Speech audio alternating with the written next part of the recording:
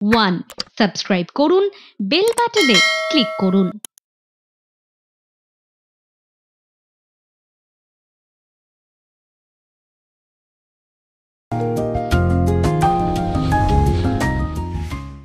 হাওয়ায় বসন্তের ছোঁয়া আর এই সময়ে চ্যানেল ওয়ানের বই আড্ডা লিকার চা অনুষ্ঠানে সোমবারের এই সন্ধেবেলা আমরা নিয়ে চলে এসেছি পলাশের এক মুঠো রং। পলাশপুর থেকে, পলাশের জঙ্গল থেকে, পুরুলিয়া থেকে চলে এসেছেন কবি অভিমন্যু মাহাতো। অভিমন্যু, তোমাকে আমাদের অনুষ্ঠানে নমস্কার। স্বাগত জানাই। নমস্কার। অভিমন্যু পুরুলিয়ার ছেলে, কিন্তু এখন বোধহয় তুমি সাংবাদিকতার কারণে হ্যাঁ, কলকাতায় থাকো, তাই তো? এখন দমদমে থাকি। তোমার ছোটবেলা পুরুলিয়ায় সব বেড়ে ওঠা? সব বেড়ে ওঠা পুরুলিয়াতে, সমস্ত ওখানেই পড়াশোনা, ওখানেই কলেজ, ওখানেই স্কুল, সব ওখানেই। আচ্ছা অভিমন্যু, একটা কথা জেনে নি, তুমি তো সাহিত্য একাডেমির যুবা পুরস্কার পেয়েছো। হ্যাঁ, তো এই যে পুরস্কারটা পেয়েছো বাংলা ভাষা থেকে তুমিই পেয়েছো, এইটা ভারতবর্ষের কটা ভাষা থেকে দেওয়া হয়? এটা সারা ভারতবর্ষে 22টা ভাষা স্বীকৃত, টোটাল 22টা ভাষার। সবাই তোমরা পেয়েছিলে কোথায় পুরস্কারটা? আমাদের যখন পুরস্কারটা দেওয়া হয়েছিল সেটা তখন শিলংয়ে হয়েছিল। সব ভাষারই তরুণ কবিরা গিয়েছিল? সব মণিপুরি, আসামি, অসমিয়া, ওড়িশি, মারাঠি, গুজরাটি, তামিল, সকলে এসে ওখানে যখন একটা অনুষ্ঠান হয়েছিল এবং একটা অদ্ভুত অভিজ্ঞতা হয়েছিল যে 22টা ভাষার যারা কবি, আমাদের তরুণ কবি, তারা সকলে মিলে একটা সন্ধ্যের পর যখন অনুষ্ঠান শেষ হয়ে গেছে, সব একটা হোটেলে আছি, সবাই মিলে আড্ডা দিচ্ছি, তখন একটা অদ্ভুত তারা কথা বলছিলেন যে বাংলার ভাষা, মানে বাংলা সাহিত্য থেকে আমাদের শিখতে হবে, মানে সকলেই, মানে সেই কথাটা সকলেই স্বীকার করেছিলেন। সাহিত্য একাডেমি যুবা পুরস্কার এবারে কলকাতায় অনুষ্ঠিত হয়েছিল। আমার মানে ওরা আমন্ত্রণ জানিয়েছে, উপস্থিত ছিলাম, দর্শক হিসেবে উপস্থিত ছিলাম। তো আমাদের পক্ষ থেকে হামিরুদ্দিন বিদ্যা পেয়েছিল এবারে। তো সেখানে গিয়ে মাধব কৌশিকজি, যিনি এখন সাহিত্য একাডেমির সভাপতি, তিনি তোমাদের এই পুরস্কারটার কথা বলছিলেন যে আমি তখন প্রস্তাব দিয়েছিলাম এবং সুনীল গঙ্গোপাধ্যায়, আমাদের সুনীলদা তখন সাহিত্য একাডেমির সভাপতি, সুনীলদা তখন প্রস্তাবটা পাস করেছিলেন। হ্যাঁ, সুনীল গঙ্গোপাধ্যায়ের আমলেই এটা শুরুটা হয়েছিল, যুব পুরস্কার এটা শুরু হয়েছিল, প্রস্তাবটা ছিল মাধব কৌশিকজি। তো আমাদের খুব আনন্দের কথা, তুমি পেয়েছো, পুরুলিয়ার একটা ছেলে সেইখান থেকে উঠে এসে। তো তোমার এই জঙ্গলমহলের, তোমার বোধহয় একটা বইও আছে জঙ্গলমহল নামে? হ্যাঁ, আমার নাম জঙ্গলমহল, একটা কাব্যগ্রন্থ। আর তুমি যে প্রাইজটা পেয়েছিলে মাটি বইটার জন্য, হ্যাঁ, সেটা মাটি। তুমি কোন বইটা থেকে একটা কবিতা পড়ে আমাদের শোনাবে? আমি যে কোনো একটা থেকে, তোমার খুশি, তুমি বাছো। তরুণ কবি অভিমন্যু মাহাতো, মাটি থেকেই পড়ছি। পড়ো। এটার নাম মকর। আজ মকর, পরব ঢেলে দেয় অজানা সুখা নদীর তীরে তীরে কিশোরীদের চঞ্চলতা, টুসু গান ও মাদলের বোল। কি আছে মকর পরবে? আমার মনে পড়ে চডলের চারিদিকে অশ্রু কণাময় কিশোরী, গড়গড়া পিঠার পাশে ফসলের দিন, নতুন করে লিপিহীন গীত বলা, টুসু ভাষার রাত্রিতে মেলি ব্রতের কথা, এসব হারিয়ে যায়নি এখনও। আজ মকর, এই যে উপজাতি উপবৃত্ত গ্রাম, নারীদের হাস্যে লাস্যে প্রেম গাথা করুণা, যুবতীর চোখের মতো টুসুর মূর্তি, এখনই হেজাক নিভে যেতে পারে।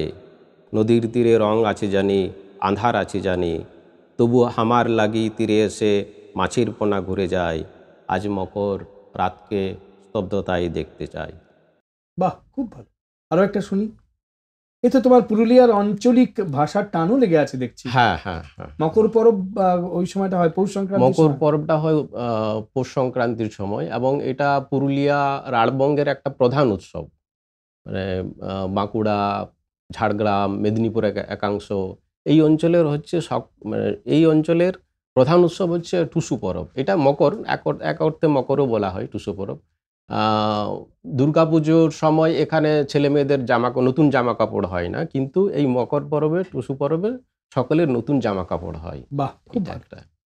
তোমার বাড়ি ছিল কোথায়? পুরুলিয়ার ঠিক কোনখানটা? পুরুলিয়ার হচ্ছে রঘুনাথপুর সাব ডিভিশন পড়ছে, গ্রামের নাম সরবেড়িয়া। আর একটা কবিতা শুনি। এই কবিতাটার নাম মাটি।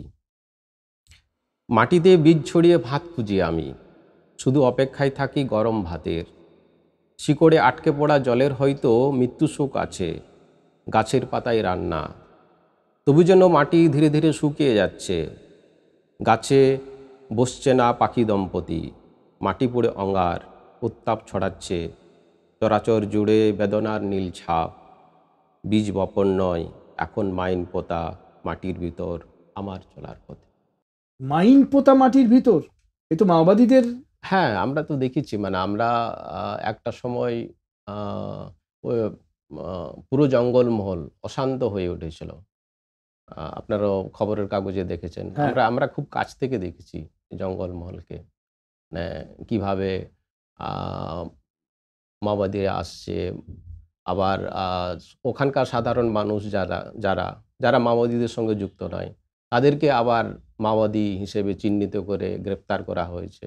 এগুলো আমরা তো খুব চোখের সামনে দেখেছি। ফলে সেই সব অনুষঙ্গ তোমার কবিতাতেও ঢুকে হ্যাঁ, গেছে। হ্যাঁ, হ্যাঁ, এবং এটা তো রাষ্ট্র কর্তৃক পুরস্কৃত বলা যায়। হ্যাঁ, হ্যাঁ, হ্যাঁ। মানে মাটিতে মাইন পোঁতা পুরুলিয়ার একদম একটা হুম, তোমাদের একটা দৈনন্দিনের অভিজ্ঞতা ছিল। হুম, হুম, হুম। আমরা কাগজে পড়তাম, কাগজে পড়ছেন। সেই সব তোমরা সামনে থেকে দেখে হ্যাঁ, কবিতায় তুলে এনেছো। এবং তখন জঙ্গলমহল এমন একটা পরিস্থিতি তৈরি হয়েছিল যে মানুষ ঘর থেকে বেরোতে ভয় পেত।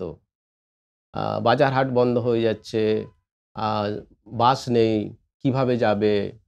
আ এবং ওখানকার লোকজনের তো আ মজুরি না করলে, খেটে না খাটলে তো রোজগার পাবে না। নেই। ভাত কি করে হবে? মানে পেটের জোগানটা কিভাবে হবে? তখন পেটে টান পড়েছিল জঙ্গলমহলের মানুষের।